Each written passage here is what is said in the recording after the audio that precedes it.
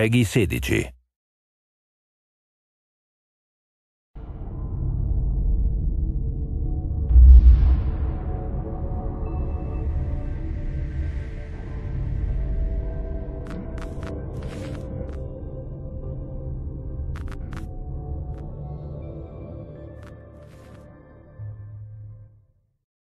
Brink takes place on the Ark. It's an immense artificial floating city at sea, built as part of a contemporary green vision, but now existing in 2045, and having lost contact about 20 years beforehand with the rest of the Earth, it exists in complete isolation, with what were originally sustainable resources now in limited supply.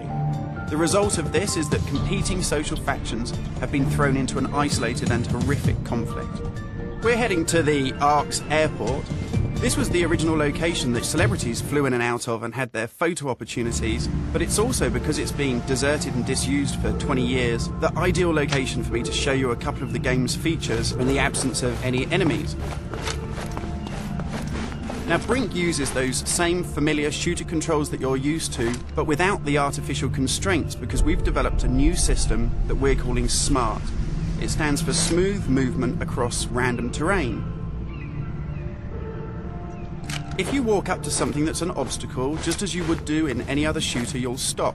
But if you want to try and indicate to the game that you want to get somewhere as quickly as possible, using this SMART button, you're able to vault, mantle and climb with ease. And this is a cool system for helping you navigate through the game, but it's not an autopilot. You don't enter a canned animation that you can't get out of. It's great for advanced players too. If you're approaching an obstacle, like a security sensor, and you want to make it through that obstacle without perhaps alerting the enemy to your presence, you could just look up, and you'll mantle up and over that automatically. And by the same token, if you use your same SMART button just running towards something and looking down, you'll indicate to the game that you're able to slide under something.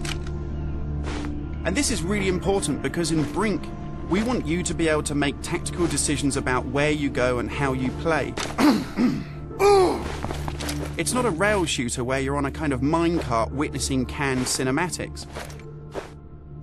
And that's important too, because in Brink, irrespective of whether you play offline or online, you can create a cool identity for yourself that really reflects how you want to play the game. So in Brink, you take on a combat role that suits your preferred playing style, whether you're on the front line attacking the enemy or perhaps at the rear doing support. You'll take part in military objectives as part of a coordinated squad. And when you complete these successfully, you'll earn experience points that allow you to unlock cool upgrades for your weapons, really cool abilities that suit the way that you want to play, and also cool outfits that reflect what a badass you are. And you can do this irrespective of whether you play offline in traditional single-player style mode with no internet connection, or play cooperatively with up to 7 friends, or go online and play fully where the entire game is full of strangers.